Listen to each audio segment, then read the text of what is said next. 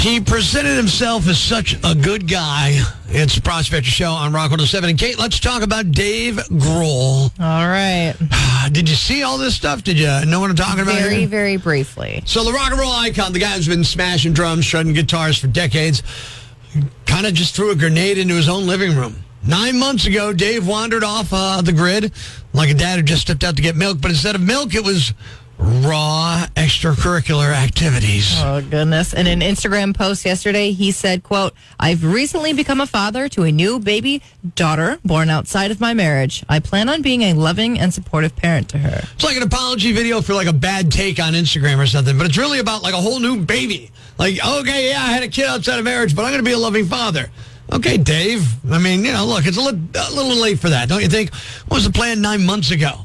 Oh, I'm winging it. I'm Dave Grohl. I'm untouchable. Nobody's untouchable. And he said, "I love my wife and my children, and I'm doing everything I can to regain their trust and earn their forgiveness. We're grateful for your consideration towards all the children involved as we move forward together." I love my wife and my kids. I'm working on regaining their trust. All right, dude, you're not going to get it back just like a Netflix password, okay? It's going to take a lot of work. You didn't just forget to unload the dishwasher.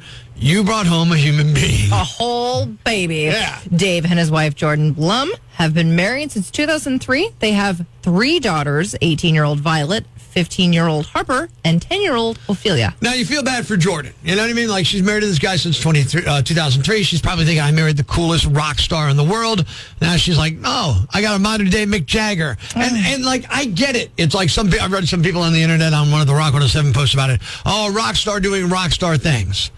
Is that the excuse we're going with here? Yeah, that's a terrible excuse. Like, he still made a commitment to this woman, and I know this is between the two of them, but this, you come off as Mr. Good Guy of rock and roll, and he seems like a genuinely good guy who made a big mistake, and he's owning up to it. I guess that's a good thing. I'm not sure why he's doing it so publicly. Maybe it was going to come out anyway, and he thought, let me jump in front of this train. I'm not sure, but you still disappointed people because we had this idea of you.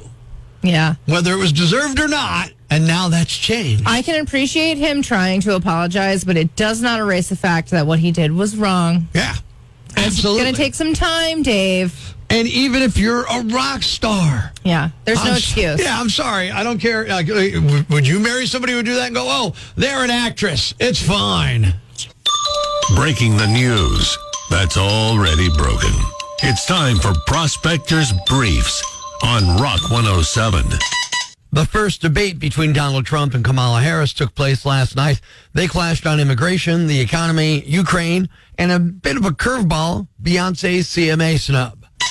Olympic breakdancer Raygun is now the #1 female breaker in the world. Apparently, the rankings are based mostly on sympathy. Tom Cruise is paying for Surrey's college out of pocket because even the guy who jumps off motorcycles out of a plane is afraid of student loans. Making sure breaking news stays broken. Tune in tomorrow for Prospector's Briefs on Rock 107. Northeast PA's classic rock, Rock 107. It's a Prospector Show. And Kate, one thing I think is important is for people to understand each other. There's too much division in the world. Do you agree? I would agree on that, yeah. So we need to understand one another better, okay? Mm-hmm, okay. So we can do that. We can help. Okay. We'll spend time in each other's heads. What do you think? Can we start with the ladies? Sure enough. And now it's time for another episode of 1 Minute Inside a Woman's Head. Well, here I am for jury duty, all day at the courthouse, hoping I don't get selected. The way some of these people dress to come to jury duty is ridiculous. Like the tank top guy. Yeah, thanks for not putting deodorant on either. That'll age nice in this hot, overcrowded room all day. Oh, and like every other person through the door says something like, full house, huh? Or they're really packing them in, huh? Real original, moron. Some of these folks I wouldn't trust to judge an ugly dog contest. All this for what? $9 a day?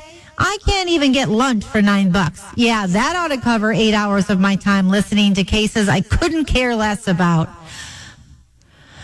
Oh, well, it's better than sitting in the office all day. And that was another episode of 1 Minute Inside a Woman's Head. Now, you might hear that and go, well, there's Rock 107's Prospector, always ripping on the women. What the hell's the matter with him? I would say nothing, and they're just jokes. I mean, I'm not some kind of chauvinist. Kate, what do you think? Yeah, I would agree with you. All right, so I am not a chauvinist. No. So shall we, a little turnabout is fair play here? Yes. All right, we'll do the men after the break. It's the Prospector Show on Rock 107. And Kate, right before the commercials, we did something amazing. We spent a little bit of time in a woman's head. Yeah, a whole minute to understand what women were doing. Yeah, whole minute. Now I think it's time for the male perspective. Do we have to do a whole minute? Well, the male attention span is a lot shorter. And now it's time for another episode of A Few Seconds Inside a Man's Head. Well, got called for jury duty. Great. Hanging around just waiting to see if I get placed on a jury. What could be worse? Whoa, look at juror number 38. More like juror number 38D. All rise, Your Honor. And that was another episode of A Few Seconds Inside a Man's Head. Life's pretty tough right now. There's plenty of bad news, but it's not all bad. It's time for the brighter side of Prospector on Rock 107. CBS Evening News did a great segment about a 20-year-old woman in Alabama named Abby Rutledge who's glad she got pulled over for speeding. An Alabama state trooper named J.T. Brown pulled her over and found out she was struggling financially and couldn't afford a ticket. So he spent 15 minutes talking to her about different career paths she could take. And they decided nursing might be a good fit. So he let her off with a warning and wrote, "Promise me you'll go to scrub or nursing school and slow down and I won't give you a ticket." It happened in August of 2022 and she followed through. She graduated last month and loves her new job, now working as a surgical technician at the University of Alabama Hospital in Birmingham. She invited JT to her graduation because she wanted him to know what a huge impact he made on her life. He says seeing her follow through on his advice has made his entire career worth it. Thanks. We needed that. The brighter side of Prospector on Rock 107. Ladies and gentlemen, grab the kids, call your neighbors, and gather around the radio.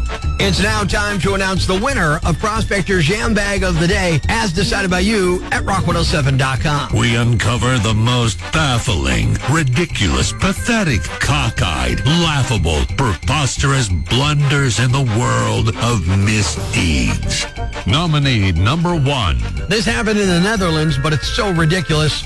Well, I needed to tell you about it. A 33-year-old man was sentenced to 4 months in jail for stalking after showing up at his ex's home. But he didn't just walk up to the front door or anything like that. No, he shipped himself inside a box to her address. It's unclear if somehow she brought it inside or not, but he emerged from the box, threatened her with a gun, and then took off with the keys to the place. The man told the judge having himself delivered in a box was, quote, "the only way to get in and get my stuff back," end quote. The woman put a camera in her home after the box incident and caught him showing up at her place 3 times. The man claims he had permission for the visits, but the judge didn't buy it.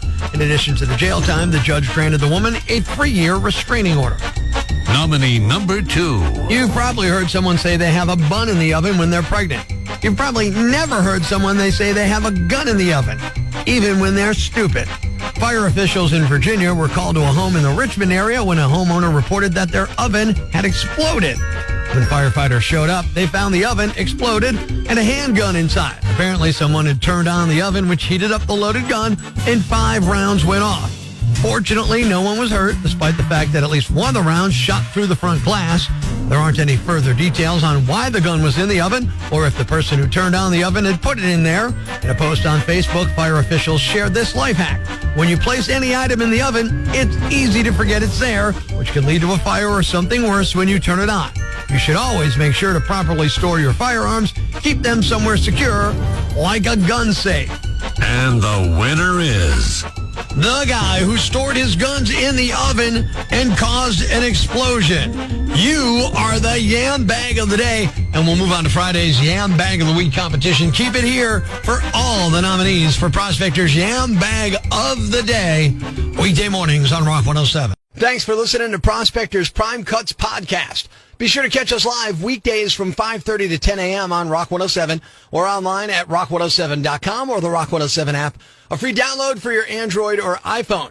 Subscribe to the podcast on Apple Podcasts, Google Podcasts, Spotify, Stitcher Radio, or wherever you get your podcasts so you never miss Prospector's Prime Cuts.